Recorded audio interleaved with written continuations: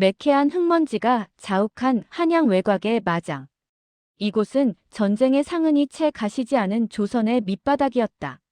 말들의 거친 숨소리와 분뇨 냄새가 뒤섞인 마구간 한 구석에서 12살 소년 광현은 제 몸집보다 커다란 말의 뒷다리를 붙들고 있었다. 조금만 참아라.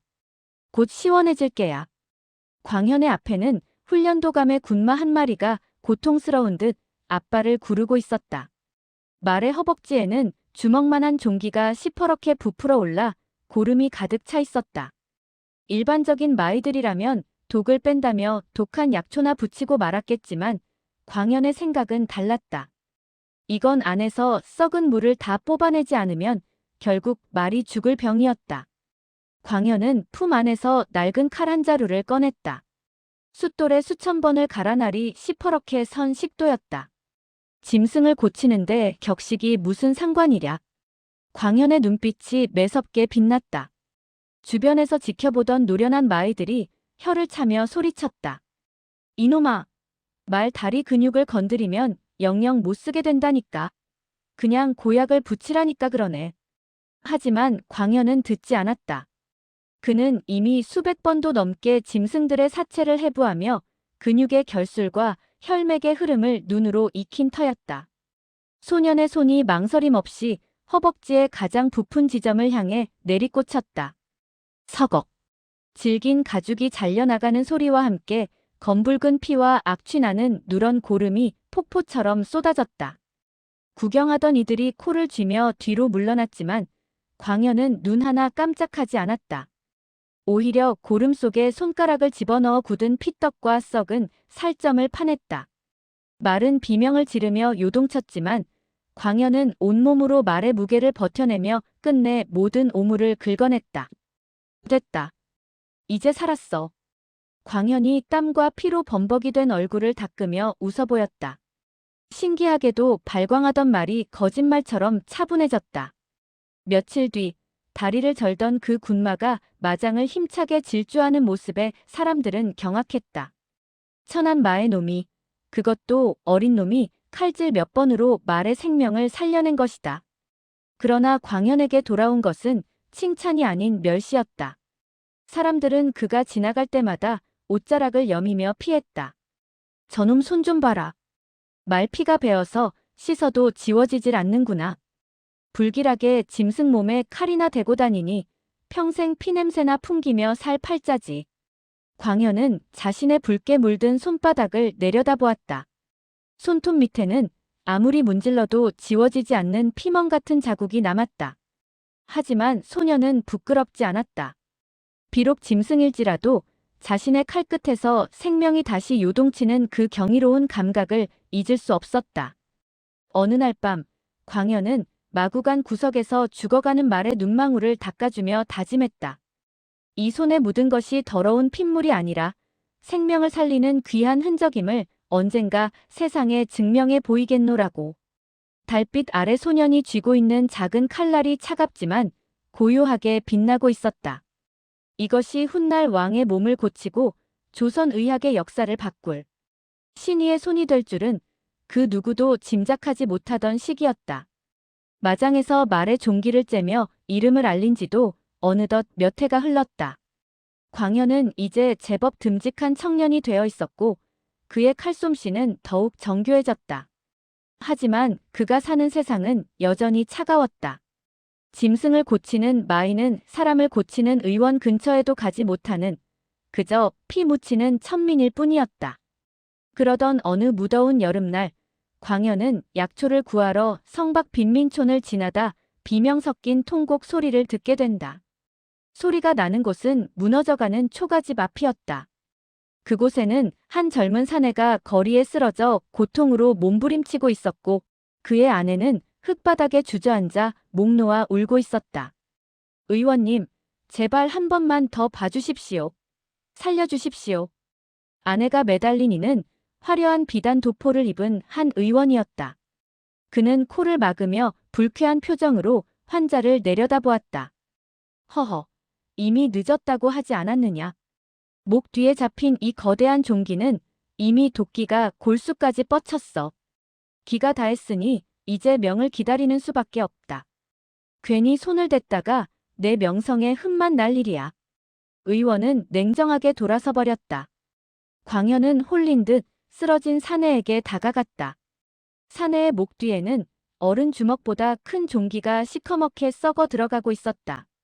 열은 불덩이 같았고 숨소리는 끊어질 듯 가빴다. 광현의 눈에는 그 모습이 며칠 전 죽어갔던 군마의 상처와 겹쳐 보였다. 이건 기가 다한 게 아니다. 그저 썩은 물이 길을 막아 숨을 못 쉬고 있는 것뿐이야.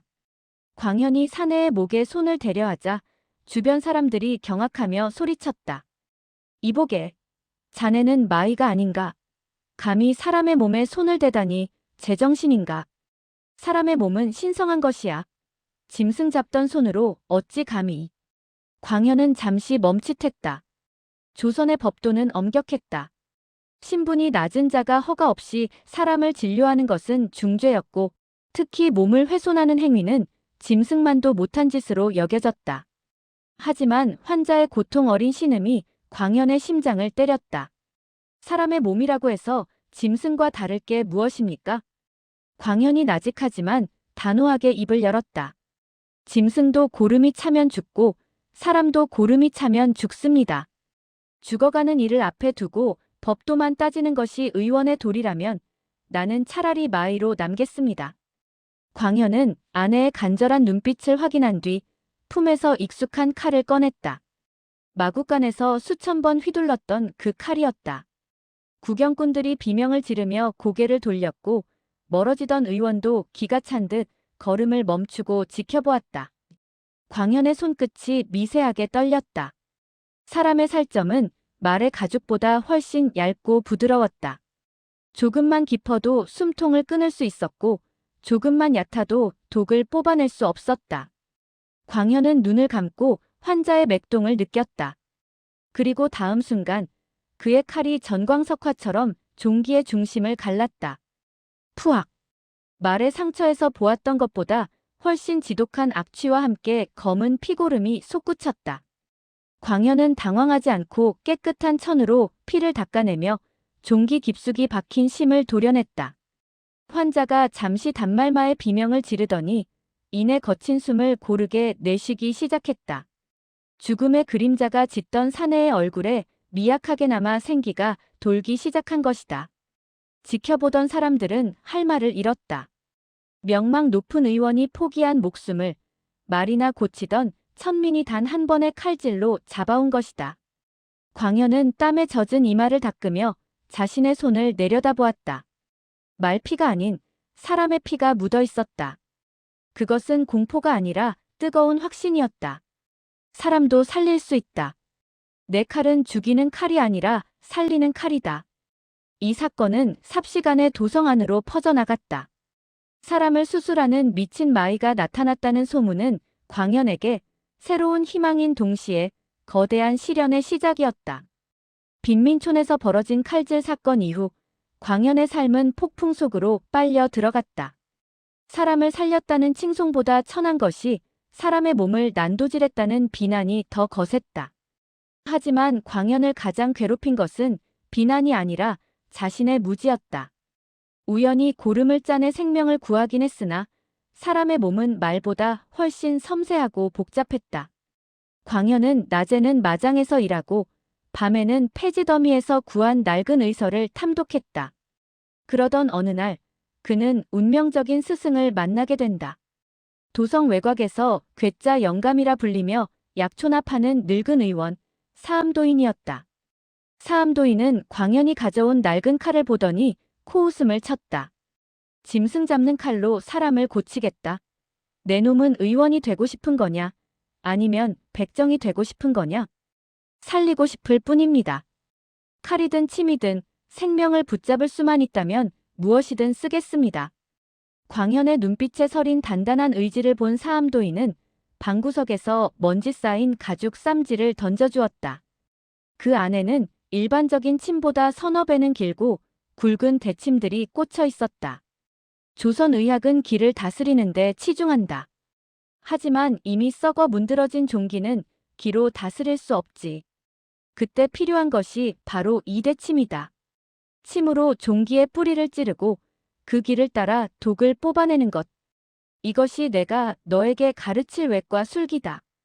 그날부터 광현의 지옥 같은 수련이 시작되었다.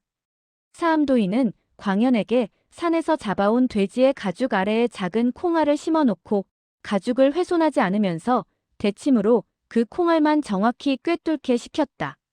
수천 번, 수만 번의 자침이 이어졌다. 손가락 끝은 감각이 마비될 정도로 붓고 터졌다. 사람의 몸속에는 수많은 길, 즉 혈맥이 흐른다. 대침은 그 길을 비껴가며 적의 심장만을 타격하는 장수의 창과 같아야 한다. 조금이라도 흐트러지면 환자는 과다출혈로 죽는다. 수련은 밤낮을 가리지 않았다.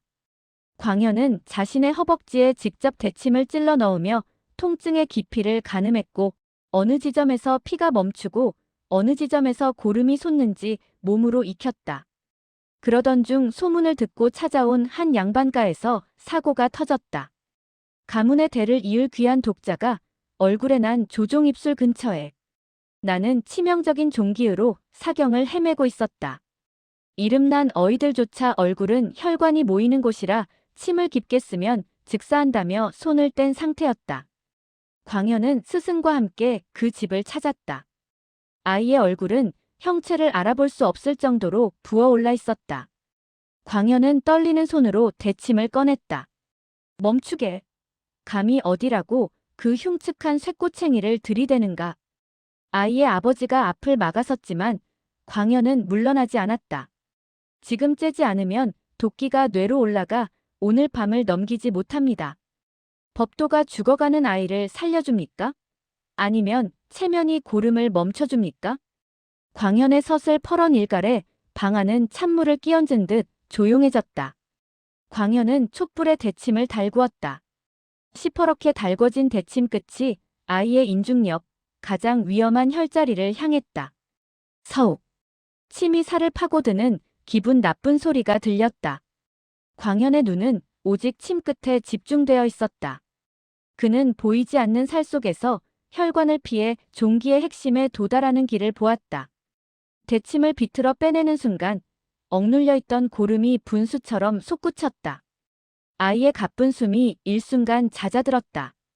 광현은 미리 준비한 약초솜으로 상처를 압박하며 남은 도끼를 짜냈다.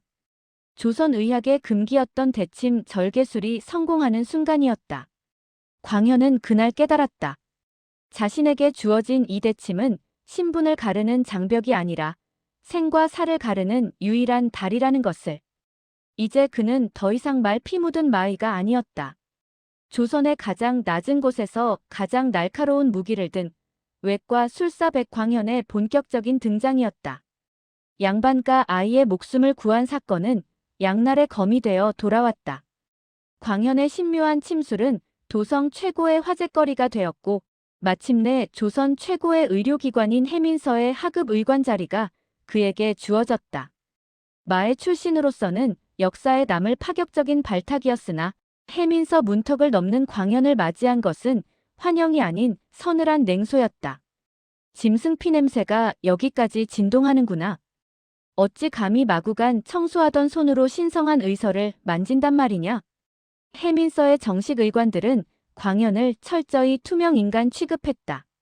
그들은 광현에게 환자를 진찰할 기회조차 주지 않았고 하루 종일 약재를 썰거나 마당을 쓰는 허드렛일만 맡겼다. 광현은 묵묵히 견뎠다. 그는 알고 있었다. 이곳은 글공부로 올라온 자들의 세상이지만 결국 의원의 존재 가치는 환자의 생존으로 결정된다는 사실을. 그러던 어느 날 해민서에 비상이 걸렸다. 도성 외곽 공사 현장에서 사고로 다리가 짓눌린 인부들이 무더기로 실려온 것이다. 환자들의 상태는 처참했다. 뼈가 드러나고 살점이 썩어 들어가 환부에서는 이미 고약한 악취가 진동했다. 이건 손쓸 방도가 없다. 궤저가 시작되었으니 길을 보하는 탕약이나 다려주고 임종을 준비하게 하라. 해민서에서 가장 높은 수의관이 고개를 저으며 돌아섰다. 환자의 가족들은 바닥을 뒹굴며 오열했다. 그때 구석에서 약재를 썰던 광현이 일어났다. 아직 살 수 있습니다. 썩은 살을 도려내고 혈맥을 다시 이으면 다리를 자르지 않고도 살릴 수 있습니다. 광현의 외침에 의관들이 비웃음을 터뜨렸다. 미친놈. 사람의 다리를 도려내고 꿰매다니 내 놈이 드디어 본색을 드러내는구나. 환자를 난도질해 죽일 셈이냐? 죽어가는 이를 지켜보는 것이 의원의 도리입니까? 제 칼질이 두려워 환자를 포기하는 것이 선비의 도리입니까? 실패하면 제 목을 내놓겠습니다. 그러니 제발 길을 터주십시오. 광현의 기세에 압도된 환자 가족들이 그에게 매달렸고 결국 수의관은 마지못해 시술을 허락했다. 다만 모든 책임은 광현이 지겠다는 조건이었다. 광현은 해민서 마당 한복판에 멍석을 깔고 환자를 눕혔다. 그는 스승사암도인에게 전수받은 약술로 환부를 소독하고 시퍼렇게 달군 대침과 날카로운 외과용 칼을 꺼냈다. 의관들이 백정이 사람을 잡는다며 수군거리는 가운데 광현의 수술이 시작되었다. 그는 거침없었다. 썩어 문드러진 살점을 한치의 망설임 없이 도려냈고 짐승의 힘줄로 만든 실과 바늘을 꺼내 터진 혈관을 하나하나 묶어나갔다. 마구간에서 수천 번 연습했던 바로 그 감각이었다. 피가 솟구칠 때마다 광현은 침착하게 지혈점을 압박했고 한식경이 넘는 혈투 끝에 환자의 썩은 부위를 모두 제거하고 상처를 봉합했다. 기적 같은 일이 벌어졌다. 사경을 헤매던 환자의 안색이 돌아오고 멈췄던 맥동이 다시 힘차게 뛰기 시작한 것이다. 지켜보던 의관들의 얼굴이 경악으로 물들었다. 그들이 불가능이라 치부했던 영역을 천대받던 마의 출신이 오직 실력으로 증명해낸 순간이었다. 그날 이후 해민서의 분위기는 미묘하게 변했다. 여전히 그를 시기하는 자들이 많았지만 적어도 환자들 사이에서는 백의관의 칼끝에는 생명이 산다는 말이 돌기 시작했다. 광현은 이제 더 이상 해민서의 이방인이 아니었다. 그는 조선 의료계의 외과라는 새로운 길을 개척하는 선구자로서 첫 발을 내딛고 있었다. 해민서에서 일으킨 기적들은 파죽지세로 대궐 담장을 넘었다. 당시 조선의 군주 현종은 고질적인 종기로 고통받고 있었다. 어이들이 처방한 온갖 고귀한 탕약과 부드러운 침술도 왕의 등 뒤에 자리 잡은 거대한 종창 앞에서는 무용지물이었다. 왕의 환부는 이미 보름달만큼 커졌고 도끼가 전신에 퍼져 고열과 헛것에 시각까지 흐려지는 지경에 이르렀다. 조정은 비상사태였다. 왕의 몸에 칼을 대는 것은 상상조차 할 수 없는 불경이었기에 내의원 어이들은 책임이 두려워 서로 눈치만 보며 탕약의 배합만 바꾸고 있었다. 그때 한 대신이 조심스럽게 이름을 올렸다. 해민서에 백광현이라는 자가 있사옵니다. 비록 출신은 비천하나 칼과 대침으로 썩은 살을 도려내어 죽은 자를 살리는 재주가 귀신과 같다 하옵니다. 어이들의 거센 반대가 이어졌다. 어찌 말 피 묻은 천민의 손을 지존의 옥체에 댄단 말입니까? 하지만 왕의 신음은 깊어만 갔고 결국 왕은 마지막 결단을 내렸다. 내 몸이 썩어 문드러지는데 귀천이 무슨 상관이냐? 그 자를 불러라. 광현이 궁궐의 높은 문을 통과하던 날 한양의 모든 시선이 대궐로 향했다. 광현은 머리를 조아린 채 침실로 들어섰다. 방 안에는 무거운 침묵과 함께 진한 양냄새, 그리고 죽음의 악취가 섞여 있었다. 떨리는 손으로 왕의 등 부위를 살피던 광현의 눈이 날카롭게 빛났다. 상태가 어떠하냐? 왕의 갈라진 목소리에 광현이 답했다. 겉은 이미 죽은 살이요. 속은 독액이 가득 차 뼈를 녹이고 있사옵니다. 지금 당장 째서 고름을 뽑아내지 않으면 3일을 넘기기 어렵사옵니다. 방 안의 모든 어이가 경악했다. 왕의 몸을 째야 한다는 말은 곧 죽음을 자초하는 발언과 다름없었다. 수석 어이가 광현의 멱살을 잡듯 소리쳤다. 이 미친놈아! 옥체에 칼을 대어 피를 흘리게 하겠다는 말이냐? 만약 잘못되면 내 놈의 구족을 멸할 것이다. 광현은 흔들리지 않았다. 그는 어이가 아니라 왕의 눈을 똑바로 응시했다. 전하, 저는 의관이기 전에 마이였습니다. 짐승은 말이 없기에 의원이 오직 손끝의 감각과 상처의 진실만을 믿어야 합니다. 전하의 상처는 지금 제게 살려달라고 비명을 지르고 있사옵니다. 저를 죽이셔도 좋으나 전하의 병은 제가 죽이게 해주십시오. 왕은 광현의 눈에서 읽었다. 그것은 권력의 눈먼 야심가가 아닌 오직 환자의 고통에 반응하는 진짜 의사의 눈이었다. 좋다. 내 손에 내 목숨을 맡기겠다. 왕의 허락이 떨어지자 광현은 품 안에서 빛바랜 가죽 쌈지를 꺼냈다. 그 속에는 수많은 짐승과 백성들의 피가 묻고 닦였던 날카로운 대침과 수술용 칼이 담겨 있었다. 어이들이 차마 눈을 뜨지 못하고 고개를 돌릴 때 광현은 차갑게 식힌 촛불 위에 칼날을 올렸다. 조선 역사상 단 한 번도 없었던 왕의 몸을 가르는 대수술이 시작되려 하고 있었다. 광현의 손끝에는 왕의 생명뿐만 아니라 천민이라는 신분 뒤에 숨겨진 조선 의학의 운명이 걸려 있었다. 침전 안은 숨소리조차 들리지 않는 정적에 휩싸였다. 촛불의 불꽃이 가늘게 떨릴 때마다 벽에 비친 광현의 그림자가 거대하게 일렁였다. 왕의 등 뒤에 자리 잡은 종창은 이미 검붉게 죽어버린 살덩이처럼 보였다. 광현은 숨을 깊게 들이마시며 평정심을 찾았다. 지금 이 순간 눈앞의 인물은 한 나라의 지존이 아니라 오직 살려야 할 단 한 명의 환자일 뿐이었다. 시작하겠습니다.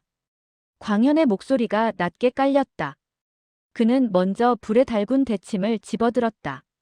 일반적인 침술이 혀를 자극하는 것이라면 광현의 대침은 고름의 중심부를 정확히 타격해 배출로를 확보하는 외과적 자침이었다. 어이들은 손을 부들부들 떨며 그 광경을 지켜보았다. 왕의 살점이 파고드는 순간 피라도 한 방울 잘못 튀면 그곳에 있는 모든 이의 목숨이 날아갈 판이었다. 서욱. 광현의 손끝에서 미세한 저항감이 느껴졌다. 종기 속에서 굳어버린 피떡과 썩은 살이 대침의 진입을 막고 있었다. 광현은 눈을 감았다. 마구간에서 수천 번, 수만 번 만져보았던 짐승의 근육과 사람의 근육은 결코 다르지 않았다. 그는 보이지 않는 살 속에서 고름이 가장 많이 고인 독의 샘을 찾아냈다. 침술이 끝나자마자 광현은 날카로운 소도를 집어들었다. 그리고 망설임 없이 종기의 머리 부분을 십자로 갈랐다. 아! 혼수 상태에 가깝던 왕이 단말마의 비명을 지르며 상체를 뒤틀었다. 주변 어이들이 당장 멈춰라 라며 광현을 밀치려 했지만 광현은 환자의 등을 강하게 압박하며 소리쳤다. 움직이시면 안 됩니다. 지금 멈추면 도끼가 심장으로 파고듭니다.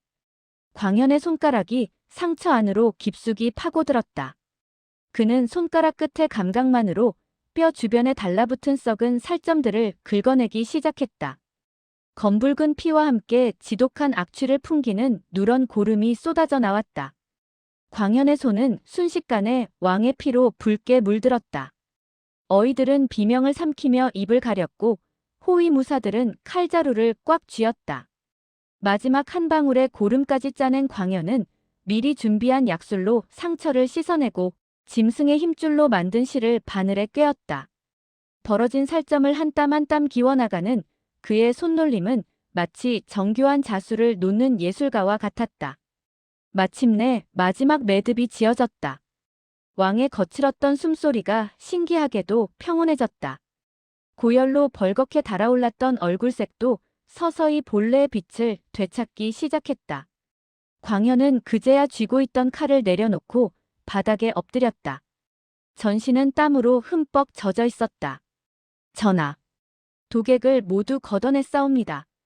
이제 고통은 멎을 것이옵니다. 얼마 후 왕이 천천히 눈을 떴다. 침전 안을 가득 채웠던 죽음의 기운이 사라진 것을 느낀 왕은 자신의 손을 움직여 보았다. 지옥 같던 통증이 사라진 자리에 시원한 해방감이 밀려왔다. 내 이름이 무엇이라 하였느냐? 광현이라 하옵니다. 백광현이라. 내가 나를 살렸구나. 마의의 손이 아니라 하늘이 내린 신의의 손이로다.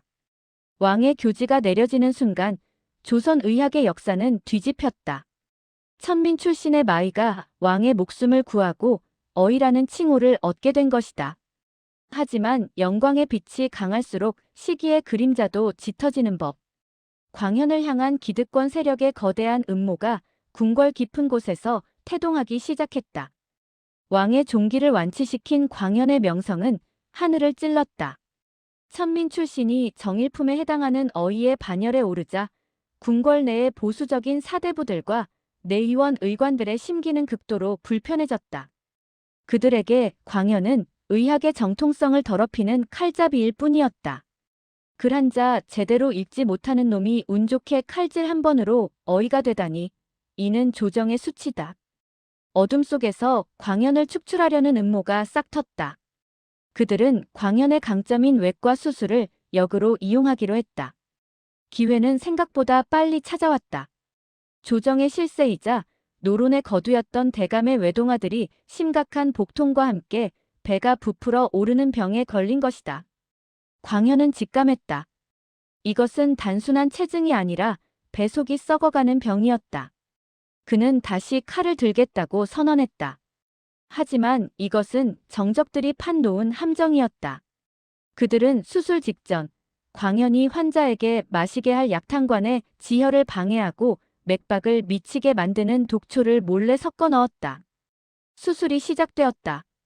광현은 평소처럼 환자의 배를 가르고 문제의 부위를 도려내려 했다. 하지만 평소와 달랐다. 칼을 대는 곳마다 피가 멈추지 않고 분수처럼 솟구쳤다. 당황한 광현이 지혈점을 압박했지만 환자의 맥박은 이미 통제 불능 상태로 치닫고 있었다. 이게 어찌 된 일인가? 피가 멈추지 않아.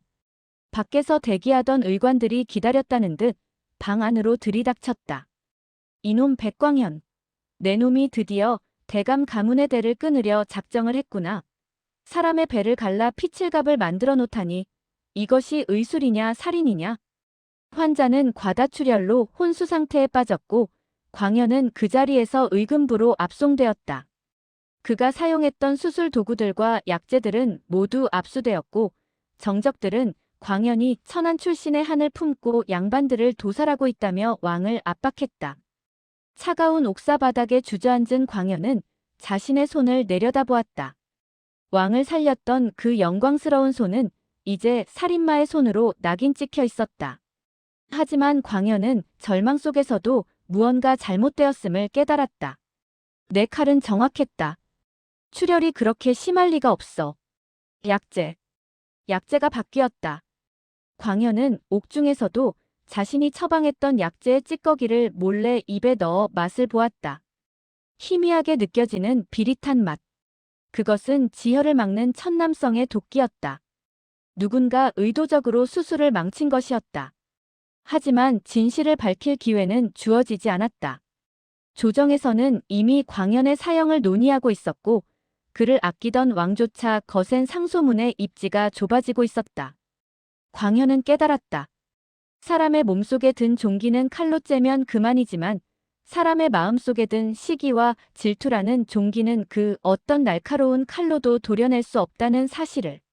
사형 집행 전날 밤 광현은 어두운 감옥 천장을 바라보며 마지막 기도를 올렸다. 자신의 목숨보다도 이제 막삭을 틔우기 시작한 조선의 외과술이 자신과 함께 영원히 매장될까봐 그것이 더 두려웠다. 사형 집행을 앞둔 새벽, 기적이 일어났다. 광현이 수술했던 대감의 아들이 기적적으로 의식을 되찾은 것이다. 비록 독초 때문에 출혈은 심했지만 광현이 도려냈던 썩은 부위가 제거된 덕분에 생명의 불씨가 되살아난 것이었다. 환자는 깨어나자마자 아버지를 붙들고 증언했다. 백의관의 칼이 닿는 순간 배를 짓누르던 죽음의 무게가 사라졌나이다. 왕은 즉시 조사를 명했고 약탕관에 독을 탄 하급 의관의 자백을 받아냈다. 광현의 누명은 벗겨졌고 그는 다시 어이의 자리에 복귀했다. 하지만 옥사를 나온 광현의 표정은 예전과 달랐다.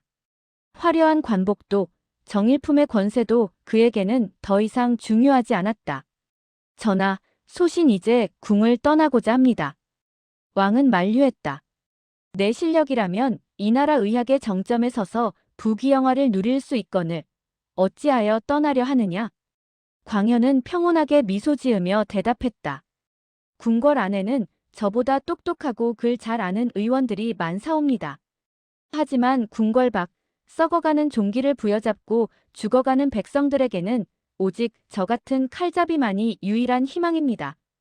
제 칼은 높은 분들의 권위를 지키기 위함이 아니라 낮은 곳의 생명을 붙들기 위해 연마된 것입니다. 광현은 어이의 상징인 비단 도포를 벗어던지고 처음 마장에서 입었던 해진 옷으로 갈아입었다. 그는 자신의 수술 비법과 대침술을 상세히 기록한 서책들을 해민서에 남겼다.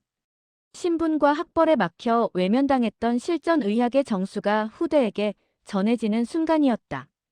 그 후 한양 저작거리에는 기이한 의원이 나타났다는 소문이 돌았다. 그는 돈을 받지 않았고 남들이 포기한 썩은 상처를 보면 눈빛이 변했다. 사람들은 그를 마의 출신의 신선이라 불렀다. 그는 더 이상 짐승 피 묻은 손을 부끄러워하지 않았다. 오히려 그 거친 손으로 아이들의 종기를 짜주고 노인들의 곪은 상처를 꿰매며 조선 전역에 외과라는 새로운 생명의 길을 퍼뜨렸다. 세월이 흘러 백광현이 눈을 감던 날 그의 머리맡에는 낡은 가죽 쌈지가 놓여 있었다. 수만 번의 수술로 끝이 닳아버린 대침과 무뎌진 칼날들. 그것은 단순한 도구가 아니라 편견과 금기로 가득했던 조선 사회를 뚫고 지나온 승리의 깃발이었다. 조선왕 조실록은 그를 이렇게 기록한다. 백광현은 종기를 치료하는 데 있어 신묘한 기술을 가졌으며 그가 침을 한 번 쓰면 낫지 않는 병이 없었다. 가장 낮은 곳에서 태어나 가장 높은 곳의 생명을 구하고 다시 가장 낮은 곳으로 돌아간 의사. 그의 칼끝은 살을 찢는 흉기가 아니라 생명을 피워내는 꽃이었고 그가 남긴 흉터는 조선이 맞이한 새로운 의학의 훈장이었다. 오늘날까지도 치종이의 전설로 남은 백광현. 그의 슬기로운 의사생활은 그렇게 수많은 백성의 숨결 속에 영원히 살아 숨쉬게 되었다. 재밌게 보셨다면 구독, 좋아요 눌러주세요.